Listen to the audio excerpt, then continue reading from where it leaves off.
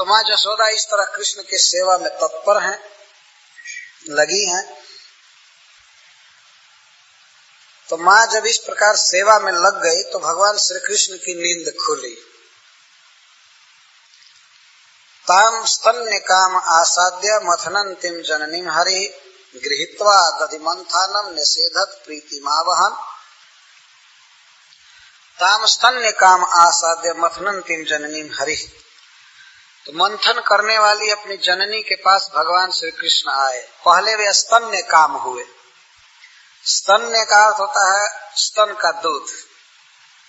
श्री कृष्ण को इच्छा हो गई माँ के दूध को पीने की, स्तन का दूध पीने की।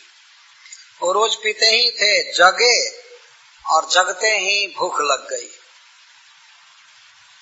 बात ये थी कि माँ जब श्री कृष्ण की इस तरह सेवा कर रही थी तो भगवान भी प्रेम के भूखे हैं, वे माँ का स्तन पीने के लिए बेचैन हो गए। तो उठे स्तन्य काम हुए। ये बहुत सुंदर शब्द है काम। काम का अर्थ होता है इच्छा। भगवान के हृदय में इच्छा हो गई माँ के स्तन का दूध पीने की। जब भक्त उनकी सेवा करता है तो भगवान भी भक्त की सेवा से ऋणी हो जाते हैं, तो वे दूध पीने की इच्छा किए। तो स्तन्य काम हुए और उठे और धीरे धीरे आ गए माँ के पास। माँ उनके पास नहीं गई, वो दही मथ रही थी। तो श्री कृष्ण ऊ करते हुए, आंख मलते हुए, और जिधर से दही मथने की आवाज आ रही थी और माँ यशोदा के गाने की आवाज, तो स्वर वो पहचान रहे थे कि मेरी माँ गा रही है और दही मथ रही है। तो धीरे धीरे धीरे धीरे उस घर में चले गए, पहुंच गए। स्वयं जगे और पलंग पर से उतरे और आंख मलते हुए गए माँ यशोदा के पास। आसाद्य मथनंतिम जननीम हरि गृहीत्वा दधिमंथानम न्यसेध। माँ दही मथ रही थी तो श्री कृष्ण गए और जा करके दोनों हाथ से दही मंथन का दंड पकड़ लिया। जो मटके में दंड है, मथानी देखे होंगे इसमें से कुछ लोग। ये भी बड़ा मुश्किल है इन देशों में कि ये सब भी चीज देख ही नहीं सकते, समझेंगे क्या? वो देखे ही नहीं है तो समझेंगे ना। सब चीज मशीन से मथ दिया जाता है तो देखेंगे नहीं। हम लोग कम से कम कृष्ण लीला समझने के योग्य हैं, क्योंकि हम सब लोग देखे हैं गांव में इन सब बात।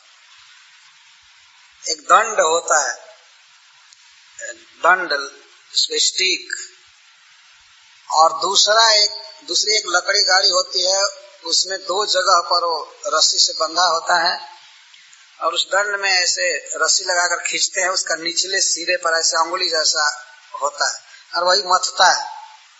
घरर घरर घरर घरर की आवाज आती है उसको मथने से।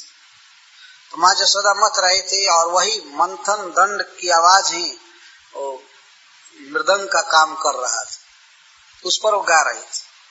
तो श्री कृष्ण जान गए कि मेरी माँ वहां मथ रही है, गा रही है, तो गए और जाकर मंथन दंड में ब्रेक लगा दी, पकड़ लिए।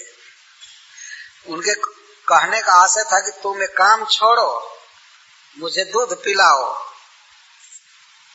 वह काम भी कृष्ण के लिए किया जा रहा था, लेकिन श्री कृष्ण आए और पकड़ लिए। न्यसेधत मथनंतिम जननी, मंथन करने वाली जननी को रोक दिए। माँ का शरीर नहीं पकड़े, मंथन दंड पकड़ लिए। जब पकड़े तो माँ ने छोड़ दिया, अभी छोड़ दिया। इस पर एक आचार्य ने लिखा है कि भगवान संकेत करते हैं कि माँ, जब तुम मुझे प्राप्त कर ली हो तो क्या मंथन कर रही हो।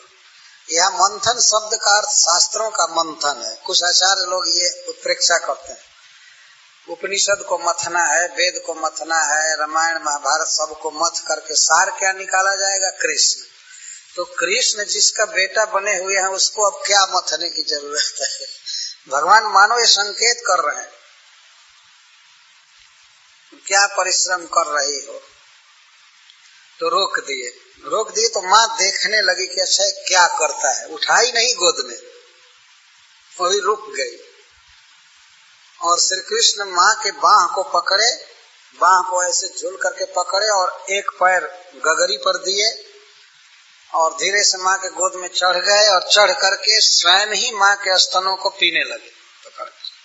और वो सब देख रही थी कि क्या कर रहा है और जब ही कृष्ण आए तो माँ तो काम छोड़ ही दी, लेकिन देख रही थी क्या कर रहा है। तो स्वयं जब माँ के गोद में चढ़ गए तो माँ जसोदा को बड़ी प्रसन्नता हुई, मेरा बेटा बहुत तेज है। पहले भी तो माखन उखन चुराता था कहाँ कहाँ चढ़ करके, लेकिन गोद में चढ़ गया अपने से तो उसको बहुत प्रसन्नता। पीने लगे और वो पिलाने लगी